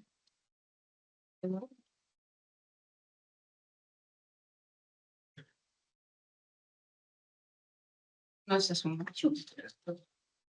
In your opinion, having seen the proposal to remediate, regardless of who the landowner of those parts of land, taking the ownership outside of that, do you think that the plan proposed is adequate there for full remediation? If it didn't hinge on whose land it was access to or whose land was being used to fill, do you think that that is an adequate solution to the one that you would be happy with?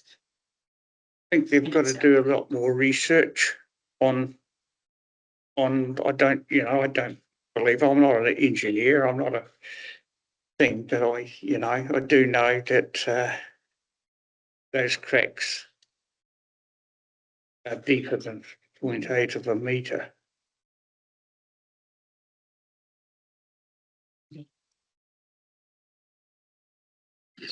And for the current environment, we're in, climate change and rainfall patterns changing quite dramatically, gentlemen, and as we witnessed in Cheviot Valley of late, with what happens, that the environment, the situation's going to only get worse.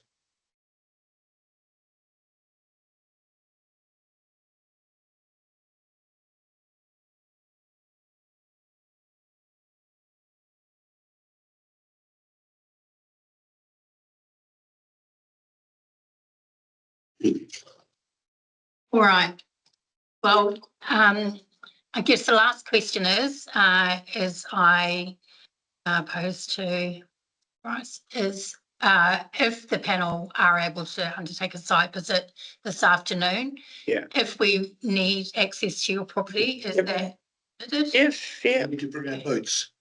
Oh, you don't need to, we can drive to it. Probably a ladder if you want. You've got a fence there now, they can't get there. Oh, we'll have to get over the It's on fence. shoes, they have to go. Yeah, you can- another place. You've got to climb over a fence. Yeah, Office people, what do you need? Yeah, I'm not mobile enough to be climbing over fences, but if we do need access, and just also noting that when we go onto the site, we can't relitigate the issues.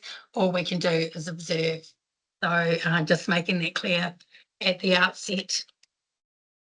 Okay, so now we're going to ask Mr. Anderson if he would like to review his recommendation and report. Please proceed. My full name is Timothy Richie Anderson. I'm employed with the Central Otago District Council as a planning team leader. I have 10 years experience as a resource consent planner. I hold a master's degree from the University of Otago and I'm an intermediate member of the New Zealand Planning Institute. In summary, I do support the rehabilitation. While the time have been pushed out from what was originally proposed, they are realistic in the circumstances. I broadly support the amendments Mr. Rendell has made to the conditions in his evidence, including amendments to timing, which I think would differ from what's currently in the 42A report. Overall, in my opinion, I see these measures as a practical way forward, with or without access onto Mr. Watson's property. And while the ability to undertake the earthworks on Mr. Watson's property may be a better outcome in terms of providing overall stability, I'm of the opinion that that's not something that can be arbitrarily imposed without the approval of Mr. Watson. Overall, in the circumstances, I'm satisfied with the proposal and with the added flexibility of enabling works to be undertaken without accessing Mr. Watson's property. I recommend that the panel approve the application. Thank you, Mr. Anderson. Now I have some questions Sure. for you. In terms of the rehabilitation method set out in the application, did council get a peer review of this by a geotechnical expert? There wasn't a technical peer review.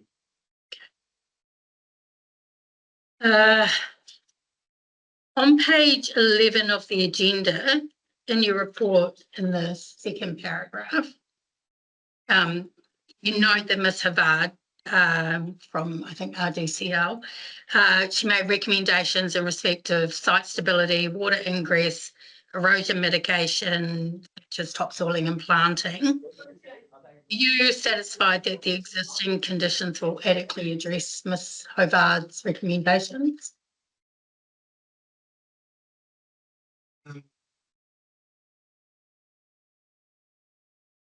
I'm satisfied that the conditions adequately cover these within the area where the earthworks would be carried out. In the absence of the works carried out on Mr. Watson's property, which I understand formed the proposal formed the basis of the geotechnical assessment. I don't think that there's any specific measures that would, but I think that nothing to specifically require or enable stabilisation on Mr. Watson's property, so that would be a little bit of an unknown. Do you think that there would need to be a separate resource consent?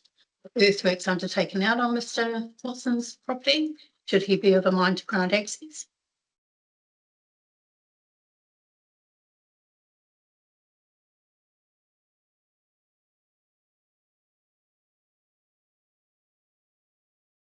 I believe that the conditions of the original, the conditions could still be given effect to on Mr. Watson's property, in my opinion, but without another consent. Despite the consent being tied to the land identified in the consent. It would be, I imagine in the resource consent, there will be a legal description of the property to which the consent's tied to. So even though this would be extending beyond that land, you still consider that a separate land use consent would be required?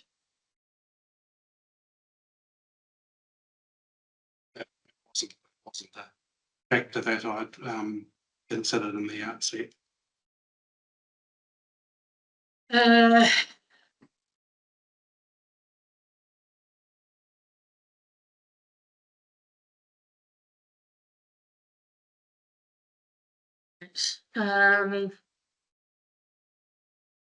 Both of the submitters raised concerns regarding the use of roadside drains to divert stormwater. In respect of the proposed change to condition 23, did CODC Roading confirm this change was appropriate?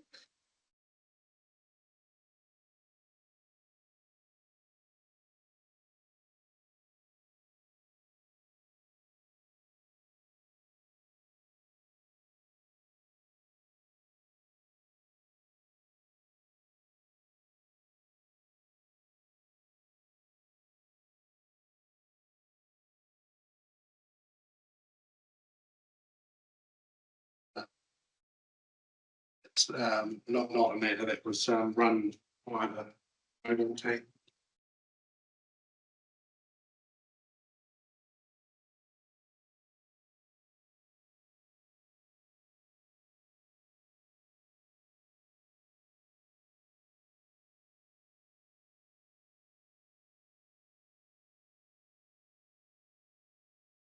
So I'll put to you the same question that I put to the applicant. So given your assessment at section 1042EA is regarding compliance history, what is your opinion regarding the ability and potential effectiveness for council to take a bond?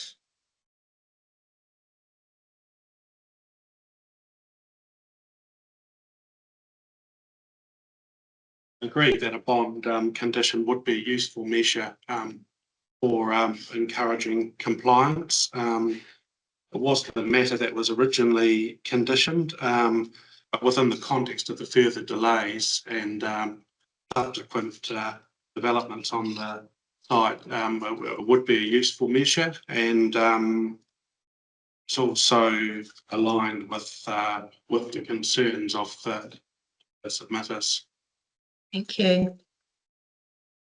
In your recommendation, which is on page 15 of the agenda, you assess that the proposal is consistent with the national policy statements. There's no assessment in your section 42A report of national policy statements, and I was just wondering which of those you were referring to specifically.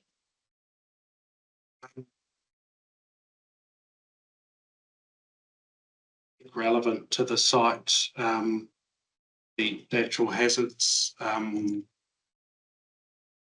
ecology, perhaps.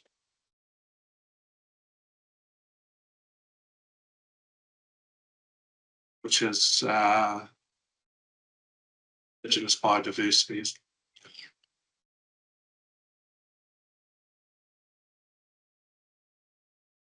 Thank you.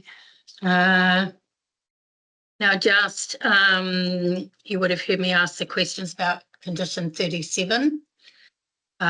So I've made some assumptions that the lapse date should actually be the expiry date. I'm not sure if that's correct. But first of all, can you confirm what the expiry date would be for the consent, and if and whether all work should be completed before this date, except potentially for the longer term monitoring conditions, such as condition 33 and 35. The issue date was the 31st of January 2026. 2026. Sorry, 2022. I don't want to get that confused further, which I guess under the normal 125 lapse date, that would be a 5-year No, lapse date is separate from an expiry date. expiry date. So the condition is clear that it's an expiry date pursuant to section 123. Now, Mr. Rendell has suggested that there may be an exemption within that, section 123C, potentially. So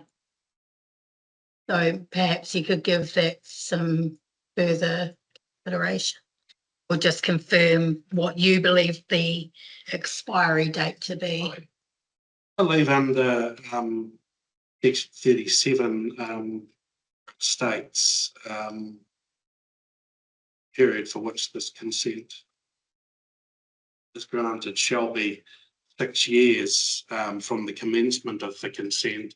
If we're taking the issue date as the commencement, that would take us to the 31st of January 2028. Okay. All right, thank you. Now, the applicant has suggested a joint witness statement in regard to the conditions. Not sure that I consider it's necessary, but I will be asking the applicant to provide us with a revised suite of conditions should prior to the panel making any decision. So just checking that you'd be comfortable reviewing those and providing some feedback on those when they come in, and any other evidence that the panel requests. Yes, I'll be more than happy to review those. Thank you. Just one further question. At condition 25, you've got it's highlighted and it says, please check with the applicant if this has been provided, which is in reference to the plan RC 200104BV2. And I'm just wondering if you had checked that that plan had been provided.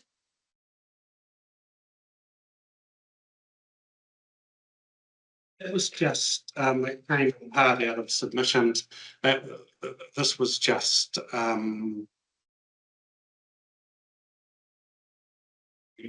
that was just a question on the labelling of plans, just making sure that we were referring to the same plans, and yes, it has been.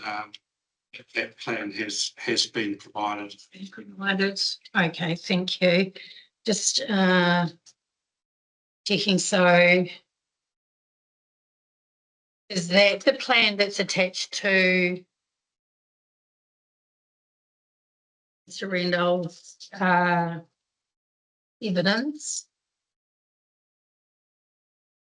Because that appears to be a revision F. Yeah, that was update on.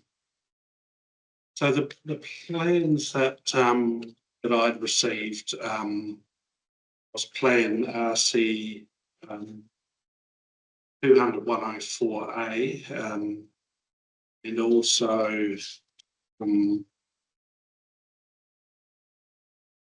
was a cut and fill plan dated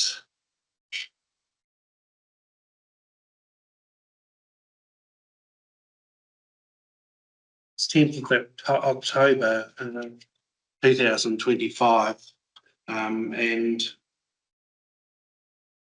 understand that the plan Mr. Rendell's provided with his evidence is an update of that one. An update. Okay. All right. I would recommend that within the conditions where there is a reference to any plan, that it should be appropriately dated to prevent any confusion. Thank you.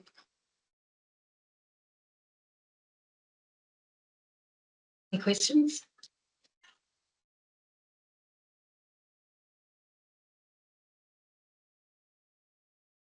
Okay, so that's a presentation of all the evidence we have to date.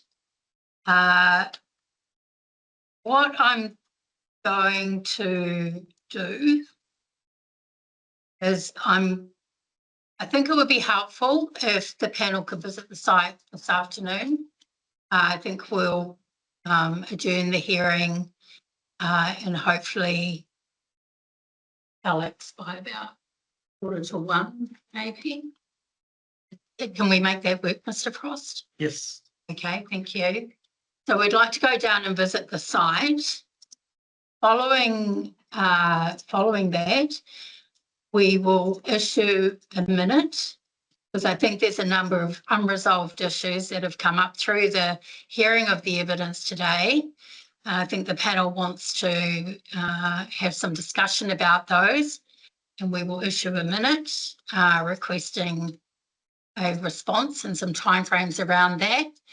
Including in that will be a clarification of actual timeframes, including for an alternative design and etc.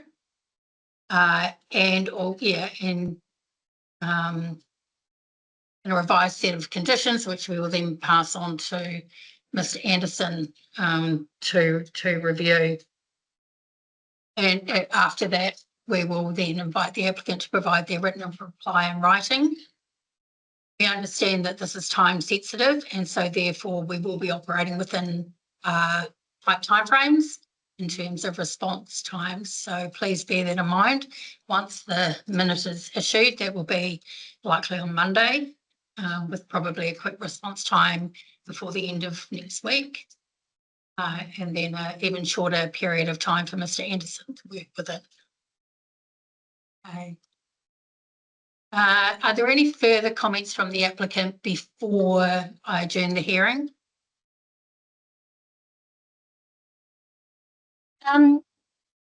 I have a couple of plans. We have had a surveyor come in and survey the boundaries for the boundary adjustment. We've had a scheme plan done.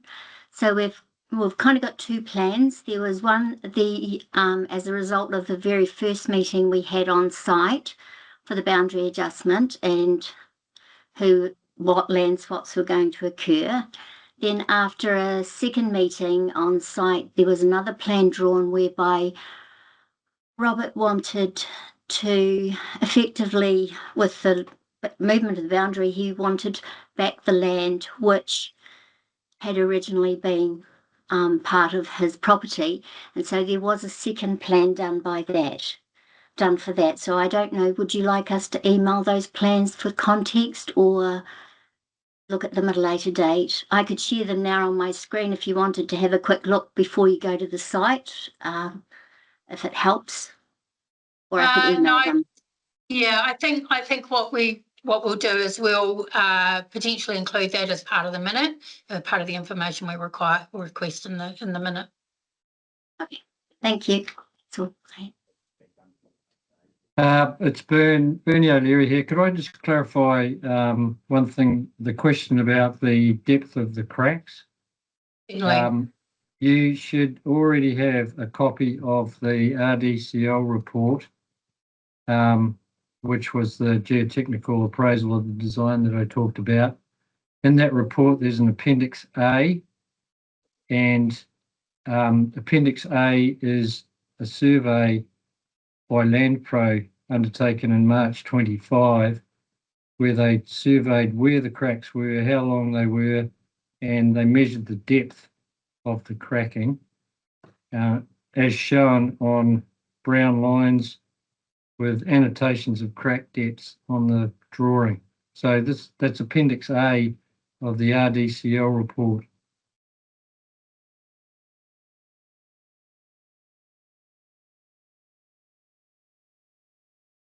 So that's where the point. That's where I saw that the range of the depths was between 0.2 and 0.8, and no doubt they would be different if measured today. Yeah. A year ago, no, 30 years ago.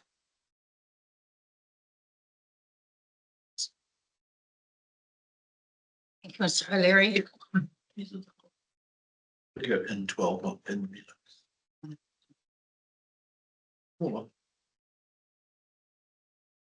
Okay, well, if there's Oh, no, sorry, I was just Right. gonna, yes, I was just gonna note in terms of some of the timeframes described in the application, that was because it was lodged last year.